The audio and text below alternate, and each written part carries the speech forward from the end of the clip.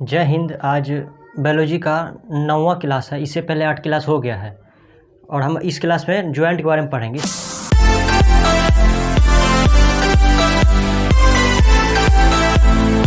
इससे पहले के वीडियो में भी जॉइंट के बारे में हम लोग पढ़े थे, जिसमें हम लोग पढ़े थे कि हड्डी और हड्डी के जो जॉइंट होता है उसको हम लोग कहते हैं लिगामेंट, और मांस और हड्डी का जो जुड़ाव होता है उसको हम लोग कहते हैं टेंडम, और उसके बाद जो मांस के जुड़ा होता है उसको हम लोग सेक्सुअल कहते हैं। तो उसके आगे हम लोग जॉइंट आज पढ़ते हैं। देखिए, जॉइंट होता है 3 तरह का। एक होता है इनमूवेबल, एक होता है स्लाइटली मूवेबल और एक होता है परफेक्टली मूवेबल। मतलब ये इनमूवेबल मतलब अचल संधि। इसका इतना सारा नाम है, 50 गुना है इसका इनमूवेबल जॉइंट। इसी में सब कन्फ्यूज होता है। अचल संधि, सूचर संधि या फेवरस जॉइंट या फिर रेशेदार जॉइंट, सब इसी का नाम है। तो इसमें जो आता क्या है, इनमूवेबल मतलब ये हुआ कि मूव नहीं करता है। हमारे शरीर का ऐसा जॉइंट, ऐसा संधि, ऐसा हड्डी का जुड़ाव जो मूव नहीं करता है, नाम से पता चलता है। इनमूवेबल मतलब मूव नहीं करता है, गति नहीं करता है। या कहता है अचल संधि मतलब चल नहीं सकता है, मतलब मूव नहीं कर सकता है। या फिर सूचर संधि का, या फेवरस जॉइंट या रेशेदार जॉइंट। इसमें क्या क्या आता है, इसमें आता है क्या, जैसे खोपड़ी का जॉइंट। खोपड़ी में कितना हड्डी होता है? खोपड़ी में आपका हो गया 8 गो हड्डी, लेकिन वो हड्डी आपस में खूब बढ़िया से एकदम जॉइंट किया हुआ, खूब बढ़िया से जुड़ा हुआ। लेकिन वो जो जॉइंट है वो क्या मूव करता है, घूमता है? नहीं ना घूमता है, मूव नहीं करता है। उसी में आता है इनमूवेबल जॉइंट। या फिर ये समझिए, ये इस तरह समझिए कि दांत और जबड़े में आपस में जुड़ा हुआ है, वो भी क्या मूव करता है? नहीं करता है। हाँ, जब छोटा बच्चा होता है तब दांत टूट जाता है, फिर दूसरा आ भी जाता है। तो जो दांत आता है वो क्या मूव करता है? मूव नहीं करता है। इनमूवेबल जॉइंट है। खोपड़ी की हड्डियाँ हो गया, दांत ये सब किस में आ जाता है? इनमूवेबल जॉइंट में आ जाता है। ये सब मूव नहीं करता है। उसके बाद आपका आ गया स्लाइटली मूवेबल जॉइंट। स्लाइटली मतलब थोड़ा सा मूव करता है। अपूर्ण संधि मतलब अपूर्ण संधि मतलब स्लाइट, या फिर इस हिंदी में छोड़िए, इंग्लिश समझिए। स्लाइटली मूवेबल जॉइंट मतलब कि स्लाइटली मतलब थोड़ा सा मूव करता है। तो थोड़ा सा मूव हम लोग का शरीर में क्या सब करता है? सो हो गया रिब्स, जैसे छाती की हड्डियाँ जो होती है, रिब्स 12 इधर 12 इधर, 24 एगो बीच में 25 होता है कुल छाती में हड्डियाँ। तो वो सब हड्डियाँ स्लाइटली मूवेबल है, थोड़ा मूव करता है। जैसे हम लोग सांस लेते हैं, सांस लिए तो रिब्स जो है थोड़ा सा मूव किया, थोड़ा सा फूल गया, फिर जब सांस छोड़े फिर सुगड़ गया। ये सब क्या करता है? स्लाइटली मूव करता है, थोड़ा मूव करता है। या फिर रिब्स हो गया, उसके बाद हो गया क्या? बैकबोन की हड्डी, वो भी किस में आता है? स्लाइटली मूवेबल जॉइंट में आता है। बैकबोन की हड्डी, रीढ़ की हड्डी, वो भी क्या थोड़ा मूव करता है। पीछे घूमेगा, थोड़ा सा इतना घूम पाइएगा, थोड़ा सा मूव किया, आगे भी थोड़ा सा मूव किया, थोड़ा सा ही मूव किया। उसके बाद आपको ये करना है तो फिर घुटना से बैठना होगा। तो ये हो गया आपका स्लाइटली मूवेबल जॉइंट। उसका आता है परफेक्टली मूवेबल जॉइंट। इसमें आपका हो गया कौन सी? रिब्स हो गया। उसके बाद हो गया बैकबोन का हड्डी, बैकबोन का हड्डी। इसमें आपका आ गया खोपड़ी की हड्डी, दांत और जबड़े का जॉइंट, और जबड़े का जॉइंट। इसमें आ गया आपका इनमूवेबल जॉइंट में। इसमें आ गया आपका रिब्स, छाती की हड्डी और बैकबोन की हड्डी। ये भी स्लाइटली मूवेबल है, थोड़ा मूव करता है। ये होता है परफेक्टली मूवेबल जॉइंट मतलब पूरी तरह से मूव करता है, पूर्ण संधि, पूरी तरह से मूव करता है। इसमें क्या हो गया? आपका हाथ हो गया, ये पूरा मूव करता है, हाथ की हड्डी। उसके बाद पैर की हड्डी, ये सब क्या मूव करता है? ये सब आपका आता है परफेक्टली मूवेबल, पूरी तरह से मूव करता है। पैर हो गया, पैर की हड्डी। उंगलियों की हड्डी, ये भी क्या पूरी तरह से मूव करता है, पूरी तरह से चारों तरफ मूव करता है। ये हो गया आपका परफेक्टली मूवेबल, हाथ पैर। उसके बाद हो गया आपका उंगली की हड्डी। उसके बाद गर्दन की हड्डी, गर्दन भी पूरा मूव करता है, इधर से उधर पूरा, ऊपर नीचे सब। गर्दन की हड्डी, ये सब आपका आता है परफेक्टली मूवेबल जॉइंट मतलब पूरी तरह से मूव करता है, नाम से ही पता चलता है। चलिए अब इससे आगे देखते हैं, इसको मिटा के। परफेक्टली मूवेबल जॉइंट जो होता है ये होता है 5 टाइप का। इसे 5 होता है। पहला होता है बॉल एंड सॉकेट, तंदूक खलिका हिंदी में, बॉल एंड सॉकेट जॉइंट। ये किस में होता है? हैंड और स्केपुला मतलब हाथ की हड्डी। जैसे हाथ की जो है फीमर, ये जो आके जुड़ा है स्केपुला से। इसके पहले वीडियो में पूरा हम लोग पढ़ चुके हैं फीमर, इसके सब कुछ बारे में। ये हो गया फीमर, ये हो गया स्केपुला। तो ये हाथ का जो फीमर हो गया, और ये स्केपुला जो आके जहाँ आके जुड़ा है वहाँ का जॉइंट को क्या कहते हैं? Ball and socket. उसी तरह पैर का हड्डी, फीमर, और जाके पेल्विक। फीमर किससे आके जुड़ा है? पेल्विक से। तो जहाँ पैर की हड्डी, ये पैर की जांघ की हड्डी फीमर, पेल्विक से आके जहाँ जुड़ा हुआ है उस जॉइंट को हम लोग क्या कहते हैं, बॉल एंड सॉकेट कहते हैं इस जॉइंट के। देखिए बॉल एंड सॉकेट क्यों कहते हैं, तंदू खलिका। देखिए जो हाथ का जो होता है फीमर, वो हड्डी जो है वो हड्डी में जो है एक बॉल टाइप का संरचना बना होता है, पूरा बॉल के टाइप का, और वो आके जहाँ पे जुड़ा है स्केपुला में, वो वहाँ पे जो है सॉकेट की तरह थोड़ा गड्ढा टाइप का बना हुआ होता है, आपको उस बगल में दिखता होगा। तो उसमें होता है कि वो जाके फंस जाता है, वो बॉल जो है सॉकेट में जाके फंस जाता है, बॉल में जो स्ट्रक्चर होता है वो जो गड्ढा में जाके फंस जाता है और पूरी तरह से क्या होता है, घूमते रहता है। जैसे हाथ की हड्डी किस तरह पूरा तरह से घूम रहा है 360 डिग्री में, 360 डिग्री पूरा तरह से घूम रहा है, पूरा घूमता है। तो वो जो कैसे घूम रहा है, तो वही बॉल एंड सॉकेट की वजह से। बॉल जो हाथ का जो स्केपुला है वहाँ कैसा संरचना है, हड्डी के जहाँ पे जुड़ा है बॉल नंबर संरचना है, और फिर स्केपुला में कैसा संरचना है, सॉकेट मतलब थोड़ा गड्ढा टाइप का। तो वो जाकर वहाँ फंस गया और पूरी तरह से पूरा 360 डिग्री खूब बढ़िया से घूमते रहता है। उसी तरह हो गया पैर में, पैर का ये पैर का घुटना वाला भाग नहीं, ये वाला जांग वाला भाग, ये जो पूरा तरह से घूम रहा है, पूरी तरह से जो घूमता है, वहाँ भी क्या है, बॉल एंड सॉकेट नुमा स्ट्रक्चर बना हुआ है, बॉल की तरह बना और सॉकेट मतलब गड्ढा की तरह बना हुआ है, वहाँ जाके फंस गया, पूरी तरह से वो मूव करते रहते हैं, इसलिए कहता है ball and socket joint. Ball and socket joint कहाँ होता है, हाथ में और स्केपुला में आके जुड़ा होता है, और लेग और पेल्विक में कहाँ कैसा होता है joint, ball and socket number joint होता है। उसी तरह दूसरा नंबर का होता है सैडल ज्वाइंट। थंब ये कहाँ पे होता है, सैडल ज्वाइंट कहाँ था, अंगूठा में, सैडल ज्वाइंट कहाँ था, अंगूठा में। इस तरह यहाँ देखते हैं अंगूठा जिस तरह मूव कर रहा है, अंगूठा थंब का घूमना, ये जो कैसे घूमता है, सैडल ज्वाइंट की वजह से घूमते रहता है। यहाँ भी एक ज्वाइंट है और इसकी वजह से चारों तरफ से क्या होता है, घूमते रहता है। अगर सैडल ज्वाइंट छूट गया किसी का तो मतलब समझ लिया अंगूठा में उसका प्रॉब्लम है, अंगूठे में होता है ये ज्वाइंट। और तीसरा होता है हिंज ज्वाइंट, हिंज मतलब कब्जा संधि।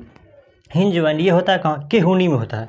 यहाँ केहूनी में हो गया आपका कैसा ज्वाइंट, हिंज ज्वाइंट, कब्जा संधि, केहूनी हो गया, या फिर यहाँ पे आपका पैर के पास, घुटना के पास, केहूनी और घुटना इस दोनों में होता है, घुटना।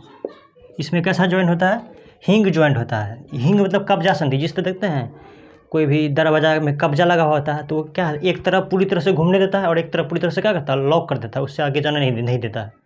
तो उसी तरह जो है हिंग ज्वाइंट जो है, कब्जा संधि, ये हमारे हाथ में जो होता है केहूनी में, ये केहूनी में जो यहाँ का जो हड्डी है, ये हड्डी थोड़ा सा बड़ा है, यहाँ की हड्डी थोड़ा सा बड़ा है, ये आके ऐसे घूम के आके यहाँ पे क्या होता है, लॉक हो जाता है और इसके आगे इसको जाने ही नहीं देता है, कब्जा संधि हिंज ज्वाइंट इसके आगे जाने ही नहीं देता है, यहीं पे क्या करते हैं, लॉक करते हैं। उसी तरह पैर में जो है, पैर का हड्डी जो है, पैर में है आपका फीमर, पटेला, फिबिया, फीमर, पटेला, फिबिया, टिबिया। तो टिबिया हड्डी जो है वो आगे जैसे पैर घुमा इस तरह, इधर तो पूरा घूम जाता है और इसके आगे घूमने ही नहीं देता, वो आके क्या करता है, लॉक कर देता है, उसके आगे घूमने ही नहीं देता है।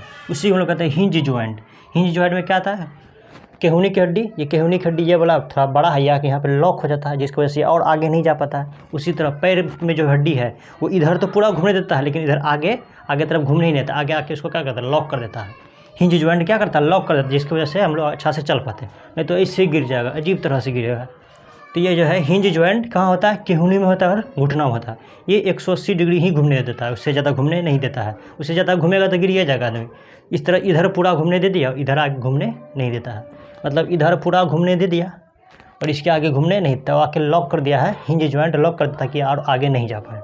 यह हो गया आपका हिंज ज्वाइंट। उसी तरह चौथा में होता है पाइवोट ज्वाइंट, मतलब खुटी संधि।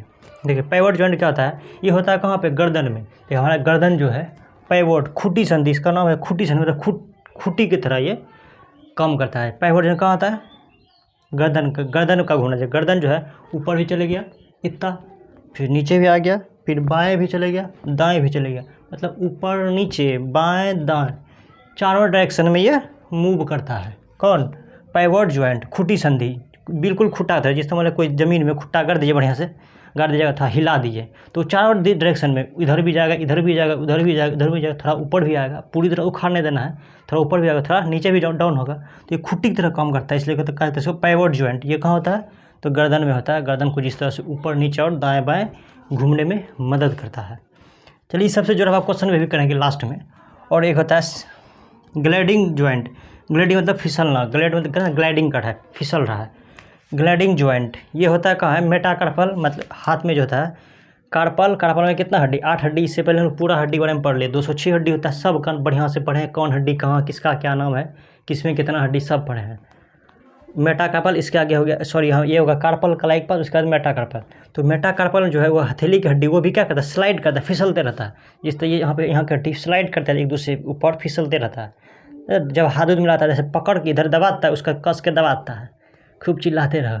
तो ये जो है मेटाकार्पल की हड्डी, ये एक दूसरे पे क्या करता है, फिसलता है। ये एक दूसरे पे क्या हो रहा है, फिसल रहा है। तो क्यों फिसल रहा है, क्योंकि ग्लाइडिंग जॉइंट, इसमें ग्लाइडिंग जॉइंट है, फिसलने वाला जॉइंट है। ये क्या करता है, एक दूसरे को फिसलते रहता है, एक दूसरे में फिसलते रहता है। तो ग्लाइडिंग जॉइंट की मदद से हम लोग का मेटाकार्पल की हड्डी जो है, हथेली की हड्डी जो आपस में फिसलते रहता है।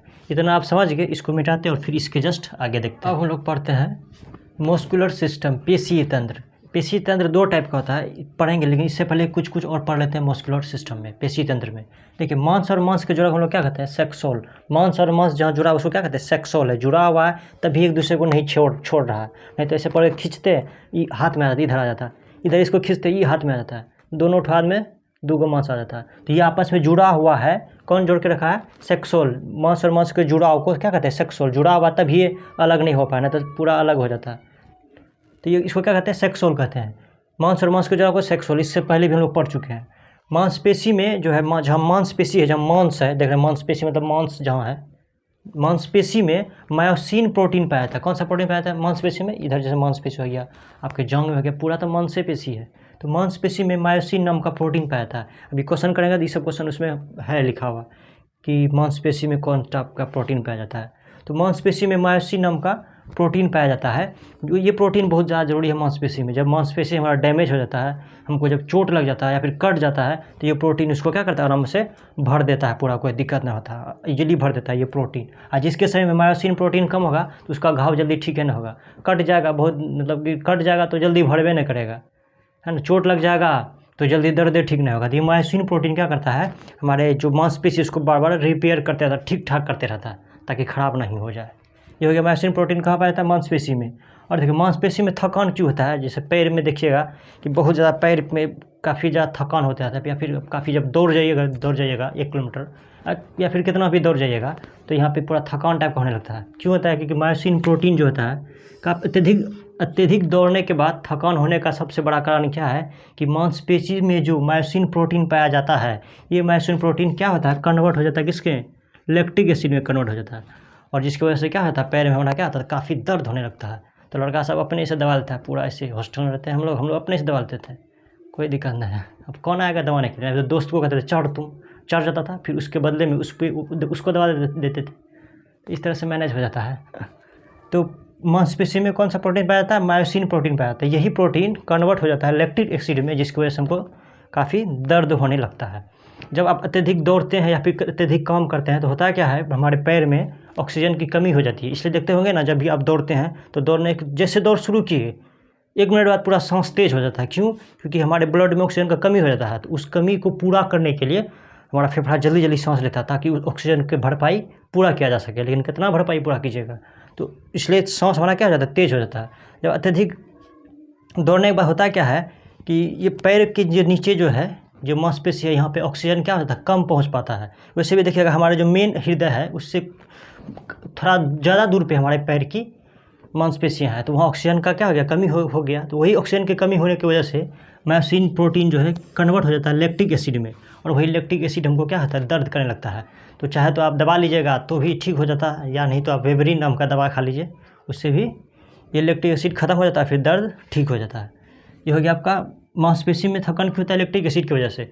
अब हम लोग इससे आगे पढ़ते हैं मस्कुलर सिस्टम 2 टाइप का होता है, उसको देखते हैं। इसको जब हम लोग मिटाते हैं, मस्कुलर सिस्टम जो है अभी हम बोले थे 2 टाइप का होता है, लेकिन देखिए अगर भारत से बाहर अगर पढ़ रहे हैं तो आपके लिए मस्कुलर सिस्टम 2 टाइप का होता है। लेकिन अगर आप भारत में पढ़ रहे हैं तो यहाँ पे एक और बढ़ गया, 3 टाइप का होता है। देखिए समझते हैं, देखिए एक जो है भारत में एक एक्स्ट्रा जो है, ये ठो एक्स्ट्रा है कार्डियक मस्कुलर सिस्टम, ये एक एक्स्ट्रा है इंडिया में। क्यों, क्योंकि देखिए इंडिया में दिल का बीमारी बड़ी बेहतर ढंग से इलाज किया जाता है। जो दिल का रोग होता है, दिल का बीमारी, जो हृदय का जो इलाज होता है इंडिया में मेन रूप से अच्छी तरह से होता है। भारत के मुंबई में, अमेरिका से भी सब आदमी आता है कहाँ पे, दिल का इलाज कराने लेके भारत आता है, मुंबई आता है। इसलिए भारत में ईठो भी एगो अलग एक्स्ट्रा जोड़ दिया गया है। जिस तरह देखते हैं नेपाल में आँख का इलाज कराने के लिए हम लोग जाते हैं, इंडिया से बहुत सारे लोग जाते हैं। क्यों, क्योंकि पहली बात की पैसा कम लगता है, दूसरी बात की बढ़िया से इलाज हो जाता है।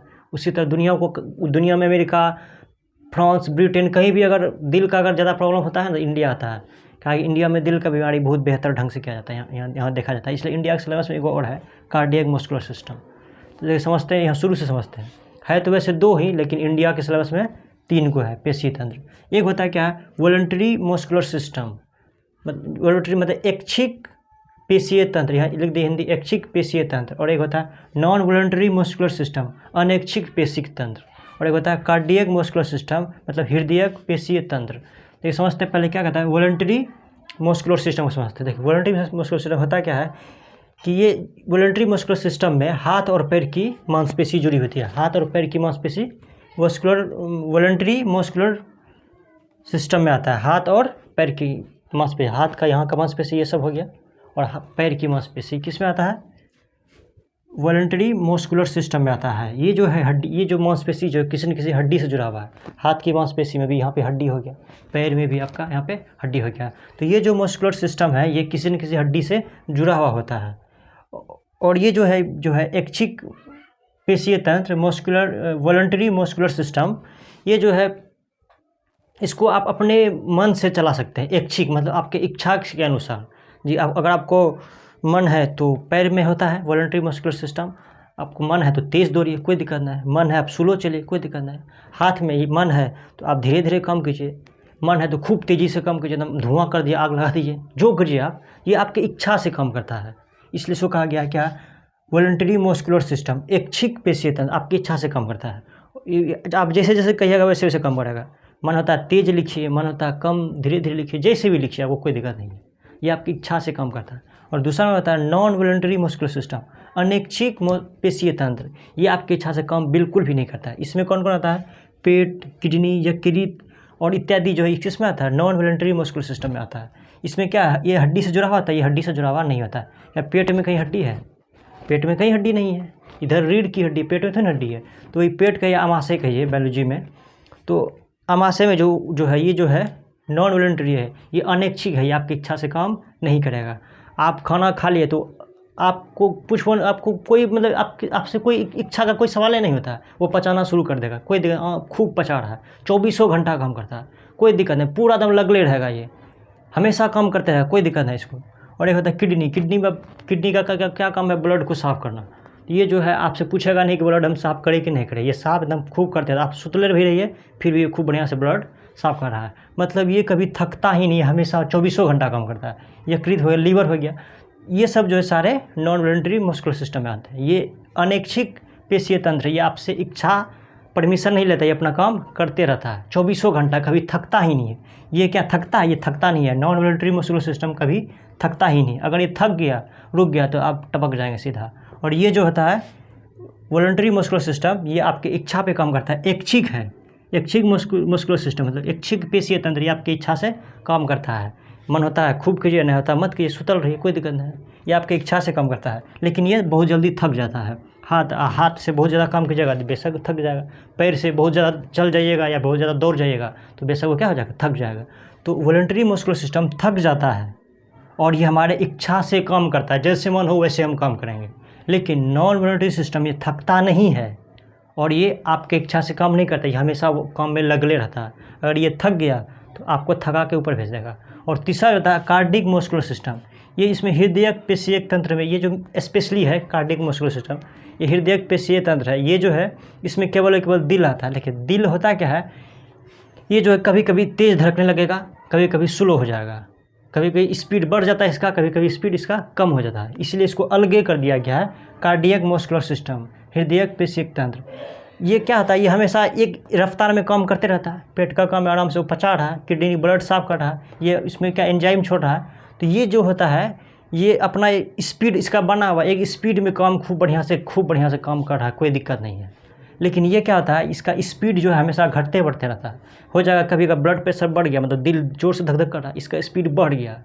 और फिर कभी अगर बीपी लो हो गया तो खूब बढ़िया से रहिएगा एकदम, तो बीपी लो हो गया तो क्या धीरे धीरे धीरे धड़कता है। तो ये इसका थोड़ा सा स्पीड में परिवर्तन हो जाता है। इसका स्पीड में कोई परिवर्तन नहीं होता है, आराम से ये लगल रहता है। ज़्यादा खाइएगा या कम खाइए उसी तरह उसी स्पीड में काम करता है। लेकिन ये कभी इसका स्पीड चेंज होता रहता है, कभी इसका स्पीड बढ़ गया दिल धड़कने की स्पीड, तो कभी इसका स्पीड घट गया दिल धड़कने का।